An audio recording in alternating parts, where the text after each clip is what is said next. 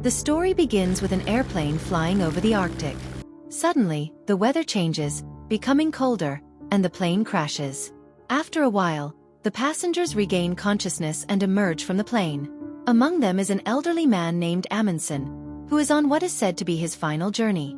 Back in Europe, Amundsen's brother Leon goes to a house and starts searching for something, but the owner of the house attacks him. Leon quickly explains that he is not a thief but Amundsen's brother. The woman, named Bess, has a connection with Amundsen. Amundsen had gone on his final expedition but did not return, leading people to believe he had died due to his advanced age. Bess and Leon sit together, and that's when the true story begins. Leon shares memories of their youth. Their father, a ship captain, used to tell them stories of his travels, teaching them about the North Pole and the South Pole. These stories captivated Amundsen, who was always fascinated by the idea that no human had ever been to those places. Amundsen would stay up late reading books about explorers and preparing himself for harsh conditions, even toughening his body by keeping himself in cold water.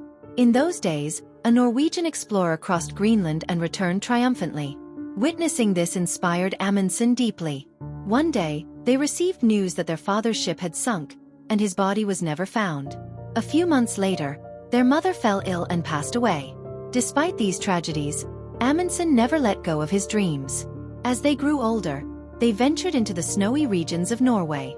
Despite the threat of a storm, during their wanderings, they got separated. Exhausted, Amundsen lay down and eventually found himself buried in snow. Unable to free himself, he awaited help. Leon, worried about his brother, searched for him and eventually found him. Instead of being worried, Amundsen started laughing, sensing something that Leon couldn't understand. Years later, Amundsen discovered the last route of the Northwest Passage. They traveled to England, where Amundsen shared his journey. He had learned much from the northern tribes, including how to survive in extreme conditions. These tribes used dogs for their journeys and walked slowly to avoid sweating, as sweating increased the risk of death in such cold environments. This was just the beginning of Amundsen's incredible adventures. The British Council did not take Amundsen seriously. They could not bring themselves to praise a Norwegian explorer. After the meeting, Amundsen met British explorer Robert Falcon Scott at a party. From their conversations, Amundsen learned that Scott was planning an expedition to the South Pole. If successful, Scott's expedition would be known as the last great exploration of the world. Scott had dreamed of discovering the pole since childhood. Amundsen discussed this with his brother Leon, and they realized Scott had been preparing for 4 years to go to the South Pole, studying the weather and planning meticulously.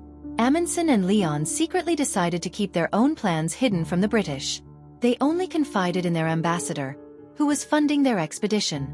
The ambassador agreed to finance their journey, but on the condition that it would be a scientific exploration to the North Pole to prove certain theories.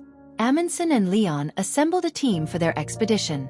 Just days before their departure, they heard that an explorer named Frederick Cook claimed to have already reached the North Pole, though he had not provided any proof. Despite this lack of evidence, Cook was receiving considerable attention. Amundsen was disheartened by the news, as it was believed that the North Pole had already been discovered. That evening, Amundsen had an idea. Instead of heading to the North Pole, why not aim for the South Pole? They decided to change their destination, but the ambassador did not give his permission for this. Consequently, Amundsen had to keep the new plan a secret. They loaded supplies onto their ship and upon departure, sent a letter to the ambassador informing him that they were heading to the South Pole. When Scott heard the news, he was displeased, viewing it as a competition rather than a scientific endeavor. Before setting out on their journey, Amundsen asked his crew if they would support his change of plans. Johnson, one of the crew members, was unhappy with the decision but reluctantly agreed. After several months, they reached Antarctica, the coldest place on Earth, and established their base.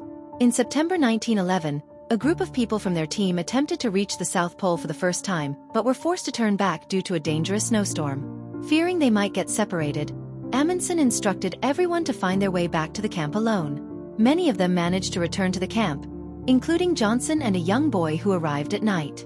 Johnson had helped the boy. Angry at Amundsen for being selfish and only caring about his own name, Johnson confronted him. Amundsen responded, "This is a journey of death. Didn't I clearly say to find the way alone? Losing someone, dying, getting hurt. These things are not a big deal. You should have thought about it before going on this expedition."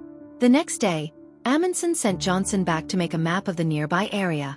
Then, on October 20th, they tried again to reach the South Pole. The weather improved slightly. They left their camp and set up smaller camps along the way. The journey grew more difficult as the days passed.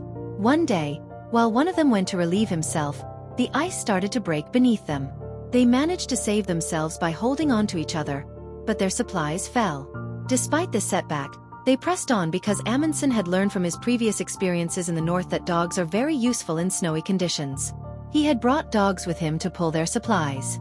In contrast, the British explorer Scott had chosen horses, which proved to be less effective. After a month of traveling, they reached the mountains, where Amundsen named each peak after his team members. They continued their journey and finally, 40 days later, they reached the center of the South Pole. They were all overjoyed. Amundsen's dream had finally come true. They celebrated and raised the flag of Norway. Amundsen left a letter for Scott, instructing him to deliver it to the King of Norway if he arrived after them, and wishing him a safe return. Amundsen had taken a longer route, which meant it would take him longer to return. Scott took a shorter route and would have reached home before them. On December 14th, Amundsen named the South Pole after himself and his brother, who had been in Norway raising funds. When the news of Amundsen's successful expedition reached Norway, the whole world knew about it. A few months later, when Scott arrived at the South Pole and found Amundsen's flag, he was deeply saddened to see that someone from Norway had named the place after himself. On their return journey, Scott and his team faced extremely harsh weather, and one by one, they all perished. After returning from Antarctica, Amundsen was called to England. However, instead of being praised, he was insulted, while Scott was hailed as a British hero. During a party, Amundsen met a woman named Bess, who was someone else's wife. Amundsen had a weakness for married women. Over time, he grew close to Bess, and their relationship developed. In Norway, there was a grand celebration in Amundsen's honor. He announced that his journey did not end there and that he would now go to the North Pole to prove his theories. This new expedition would take 5 years and would make Norway proud. While everyone celebrated, Bess was unhappy. She wanted to stay with Amundsen, but he assured her that he would return soon and they would be together. And so, Amundsen embarked on yet another daring adventure, leaving behind. After a few years, Amundsen and his companions built a ship for their next expedition. They named it Maud. Their goal was to study the flow of water, but this expedition was very risky. One day, while on the ship, they encountered people from a nearby tribe seeking help. Their little girl was sick, and Amundsen's team assisted her. Slowly, Amundsen began to bond with the tribe's daughters, considering them as his own. The girls were very happy with Amundsen, and they started living on the ship. Eventually, Amundsen returned without his ship. This time, he had a new plan: to fly to the North Pole. No one had ever attempted this by plane before, but he was determined to do it. He left the ship and his crew behind, enduring the snowy hell for 7 years. In the end, he went bankrupt. Many of his companions died, and those who survived had their lives ruined. Amundsen was seen as selfish. Desperate for funds, Amundsen went to his brother to collect money for another plane. But his brother refused to help him this time. Amundsen had changed, viewing his expeditions as a game. Their paths diverged. After a few years, Amundsen somehow found the money to buy a plane. He attempted to reach the North Pole, but his plane crashed due to the cold. They stayed there for a few weeks. The world thought he might have died, but that wasn't the case. They fixed the plane and returned. Base and Lion were at home when they heard the news that Amundsen had completed his exploration. A few days later, Base and Lion went to meet Amundsen.